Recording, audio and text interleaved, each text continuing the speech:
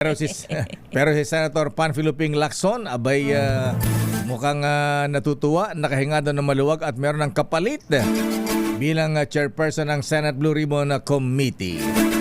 Aris number 28, Raymond Adpaas, please come in. Raymond. Mayor, inamin ni Senador Panfilo Ping Lacson na nakahinga ito ng maluwag matapos italaga si Senador Pia Cayetano bilang kanyang kapalit na chairperson ng Senate Blue Ribbon Committee. Para kay Lacson, ito ay double relief para sa kanya dahil sa bigat ng responsibilidad. Ganun pa man ay kahit hindi na siya ang chairman ng Senate Blue Ribbon Committee, hindi magbabago ang kanyang siga sa kampanya laban sa katiwalian.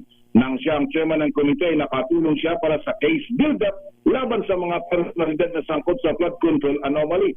Nangako si Lacson ang kanyang kampanya laban sa katiwalian at bulok na sistema at mapangabusong paggamit ng pondo ng gobyerno ay kanyang ipagpapatuloy.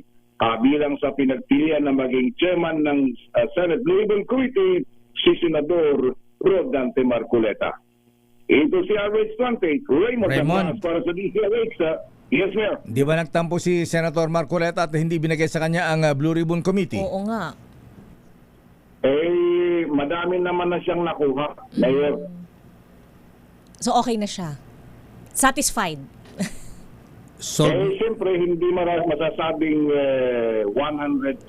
Pero kahit paano, siguro nabawas-bawasan dahil madami-dami na yung komite na kanyang malalaki na nakuha, Mayor at Ms. Kaya. tuloy ba ang binabalak na kudita sa Senado? Sabi kanina ni Senador Erwin Tulfo ay dahil napakanipis yung diferensya o bilang ng magkabilang grupo, mapagpukso yung mga numero, sabi ni Senador Erwin kanina. Aba, matalinghaga. So, yung parang meron pa rin. Posible pa rin.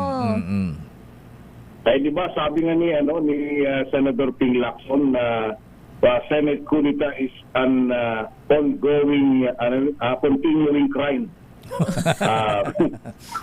Continuing crime. Kaso nga, di ba? Mas hudas pa daw sa hudas, di ba? Lakay sabi. Abay, kailangan na dyan. Kailangan na arrest warrant dyan. Cleansing. Ayan. Abangan natin kung talagang may maghuhudas. Mas masahol pa kay Judas yung maghuhudas sa amin. Ayan. Abangan natin kung may maghuhudas sa kampo ng mayorya ngayon na Raymond. Exciting. Ayun, yun ang ating pinakahihintay. Kasi kumbaga, yun na nga, baka kahit balik-balikan mo yung 13, Mayor, wala na yung 13 eh. Talagang 12 na lang. Bilang. Dahil nga doon sa nawala na hindi nakasama sa binibilang, si Senator Bato de la Rosa. Pero sabi ni Manang Aimee kanina, matatag daw ang mayorya. Matatag. Nang ma-interview natin sa Damdaming Bayan. Abangan.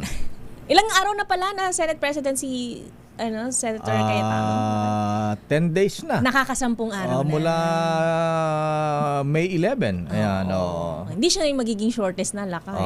Okay. Wala na. Abangan natin. Abangan pa natin. Mukhang hindi ma-break yung record ni Senador Camilo Osias. Ng Balawan La Union. Taga La Union pala yan.